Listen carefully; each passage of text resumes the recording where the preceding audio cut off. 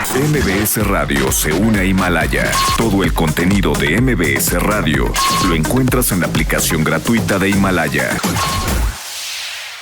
Pedro Tello, emergencia sanitaria, emergencia económica, iniciando el segundo trimestre de este 2020. Apenas el segundo trimestre, Pedro. ¿Cómo estás? Buenos días.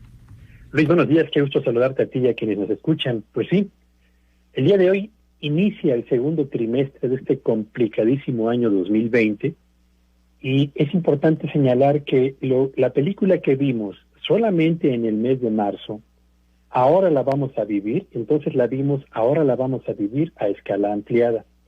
¿Por qué? Bueno, pues porque tras la declaración de la emergencia sanitaria con la que cerramos el primer trimestre y arrancamos este segundo trimestre del año, viene ahora sí ya el impacto estrictamente económico, derivado del cierre de operaciones que deben realizar las empresas de aquellos sectores que son considerados como no prioritarios por las autoridades gubernamentales, una medida que me parece acertada para poder hacer frente a la expansión misma del contagio de esta famosa pandemia. Pero justo cuando las empresas tienen que cerrar actividades, hablamos de empresas que van a enviar algunas a sus trabajadores a casa durante un mes o tal vez más, dependiendo de lo que vaya a ocurrir, con el sueldo completo. Pero habrá empresas que también lo harán pagándole solamente la mitad y habrá empresas, Luis Auditorio, que lo van a hacer pagando exclusivamente el salario mínimo. Y no dude usted que hay empresas, por decisión de los empresarios, pero también por la condición en la que se encuentran, en las que habrá de pedir a sus trabajadores que se vayan a casa sin un centavo porque no hay forma de poder pagarlo. Estamos iniciando el segundo trimestre del 2020 en medio de una emergencia sanitaria declarada y con un plan de trabajo que está aplicando ya el gobierno a escala federal, y otra emergencia, esta económica, para la cual todavía no tenemos ni receta ni estrategia. Los diarios el día de hoy apuntan a que el próximo domingo por fin llegará el día D de la economía mexicana, porque ese día el presidente de la República dará a conocer el plan de trabajo que habrá de aplicarse a escala nacional para hacer frente a la caída o al colapso real de la economía mexicana.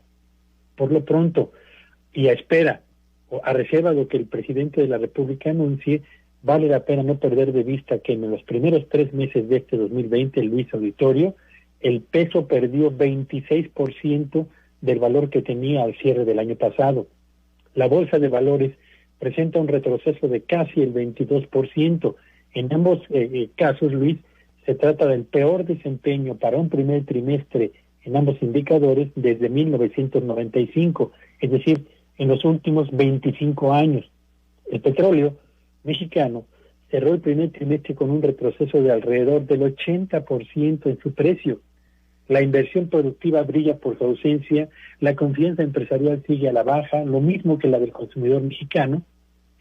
Y en el mercado laboral, bueno, pues cerramos el primer trimestre de este año con la menor creación de empleos para dicho periodo en 6 años, y hablamos del periodo enero-febrero, antes que se desatara la furia de la pandemia en marzo, concretamente en el caso de la actividad económica mexicana. Las ventas comerciales y los industriales, preocupante curso de los paros técnicos se extienden, primero por razones de mercado, ahí está la industria automotriz, ahora para atender la emergencia sanitaria, y la economía evidentemente se desliza en una cada vez más pronunciada pendiente descendente. Cabría esperar bajo esta circunstancia, Luis Auditorio, que el plan que anuncia el presidente de la República vaya más allá, y lo subrayo, vaya más allá de la simple enumeración de los apoyos sociales que ha señalado una y otra vez a adultos mayores, a jóvenes construyendo el futuro, a Sembrando Vida, y a los proyectos de inversión más relevantes, Dos Bocas, Tren Maya y el aeropuerto, porque si va solamente a repetir eso y va a agregarle unos cuantos ingredientes pequeñitos en materia estrictamente fiscal, créame, de poco le va a servir a la economía mexicana, y eso significará evidentemente un golpe muy importante para los empresarios, que como lo ha señalado Luis hace unos minutos, lo mismo de Concamín, de Canacintra, de Concanaco, del Consejo Coordinador Empresarial de Coparmex, etcétera, han insistido una y otra vez, y no en los últimos días, sino en las últimas semanas, de que urge un plan de acción equivalente al esfuerzo que están realizando los gobiernos de las economías desarrolladas y en desarrollo, Chile entre ellas, para tratar de contener el colapso de las economías locales. Así es como iniciamos el segundo trimestre, que, insisto, será en verdad el más difícil para la emergencia sanitaria y, por supuesto, el principio de las dificultades mayores para la emergencia económica que estamos enfrentando, aun cuando no haya sido declarada oficialmente, Luis. Gracias, Pedro. Pues vamos a ver qué pasa el domingo. Híjole, vamos a ser optimistas, pero pues para mí, la neta va a ser más bien un informe, ¿eh? Es el informe del presidente. Le gusta dar muchos informes, 4 o 5 al año. Pues es el primer informe que va a dar en este primer trimestre. Va a haber 50 periodistas ahí, se supone, nada más. De cualquier manera va a tener giras el fin de semana. Ojalá que sea un informe real y no un informe pues más ideologizado, pero eso es lo que ha hecho el presidente pues en los últimos días, en los últimos meses, en su gobierno. Ha sido un gobierno donde pesa la ideología y donde la técnica o las aplicaciones más pragmáticas pues valen un poco 3 pepinos. Oye, tengo una duda también, porque ayer salió esto en un comunicado de la Secretaría de Hacienda. Dice Hacienda, a través de la Comisión Nacional Bancaria y de Valores, que se exhorta pues a los bancos a no pagar pues dividendos a los accionistas, al menos en estos momentos, pues para enfrentar la crisis que viene. Pero es muy interesante porque al final, Pedro, pues señala este comunicado de prensa: cualquier institución bancaria o grupo que pretenda no seguir esta recomendación deberá dar aviso por escrito a la comisión, a la CNBV, dentro de los próximos 7 días hábiles, suscrito por su director general, explicando las razones por las cuales determina no cumplir con la misma. Dicha decisión serán hechas de conocimiento público, o sea, los vamos a quemar. ¿Qué te parece esto, Pedro? ¿Qué te digo, Luis? A ver, en principio la recomendación que formula la Comisión Nacional Bancaria y de Valores a las 51 instituciones bancarias que operan en México me parece muy razonable. Razonable es que no vayan a distribuir dividendos o ganancias entre los accionistas y que tampoco vayan a otorgar otros beneficios como el incremento a los salarios de los ejecutivos en momentos en los que la actividad económica nacional apunta en un sentido diferente. ¿Y para qué se trata de impedir esto? Bueno, pues ahí está la razón fundamental de esta recomendación.